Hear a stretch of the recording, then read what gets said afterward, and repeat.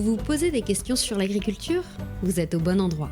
Je m'appelle Virginie, je suis journaliste agricole, mais aussi 100% urbaine et pas du tout issue du monde agricole. Depuis que je travaille dans ce domaine, je vois bien qu'on a tous des milliers de questions sur le sujet.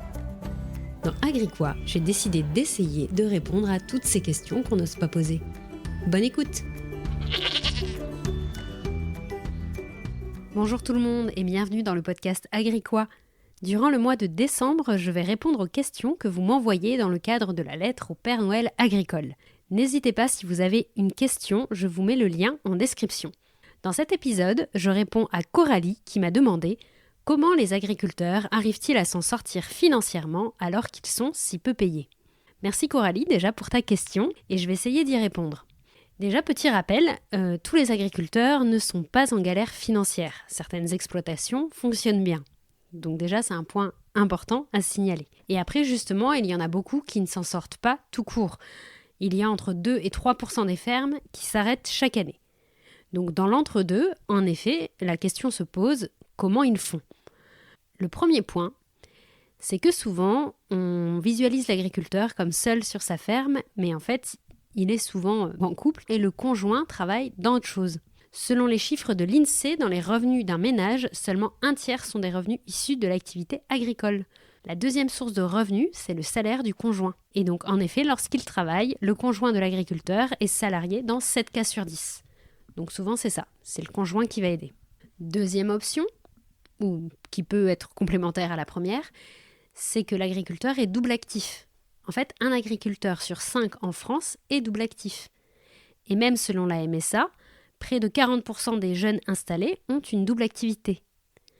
Donc on peut penser que parfois ils sont salariés, donc je pense par exemple à ceux qui sont moniteurs de ski, ça arrive, ou ceux qui dament les pistes de ski en hiver, parce qu'il y a moins d'activités en hiver qu'en été, par exemple, à ceux qui sont paysagistes à côté, j'ai vu des témoignages, et même il y en a qui sont salariés agricoles en chambre d'agriculture par exemple, et qui à côté sont agriculteurs, ça arrive aussi. Il y a aussi des activités non salariées, je pense par exemple à la vente à la ferme, ou au tourisme quand il y a un gîte sur la ferme ou qu'il y a des visites de ferme ou ce genre de choses. Et ça, ce sont des compléments de revenus qui ne sont pas compris dans les revenus agricoles. Donc ça peut aussi venir mettre du beurre dans les épinards quand les revenus vraiment agricoles sont faibles. Donc on peut penser également à la double activité. Et le troisième point, c'est pas moi qui le dis, c'est encore l'INSEE. Je cite, compte tenu de la nature de leur activité, une partie des dépenses privées des ménages agricoles, logements, dépenses d'énergie, etc., peuvent être intégrées dans les comptes de l'exploitation.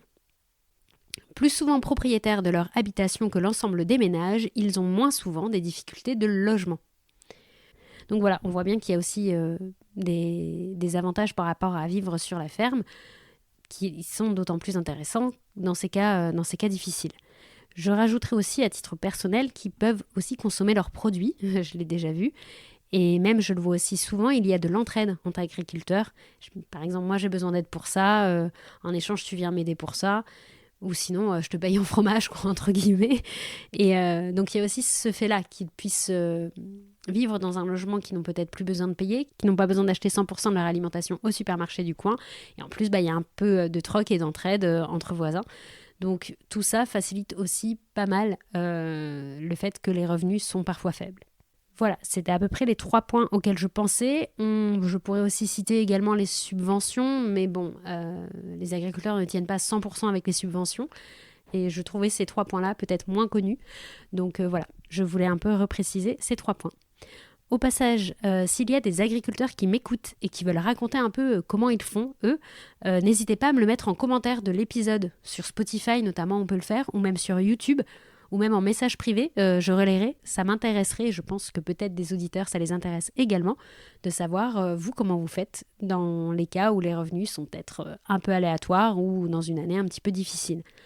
Voilà, c'est la fin de cet épisode du 2 décembre, et on se retrouve demain avec un nouvel épisode.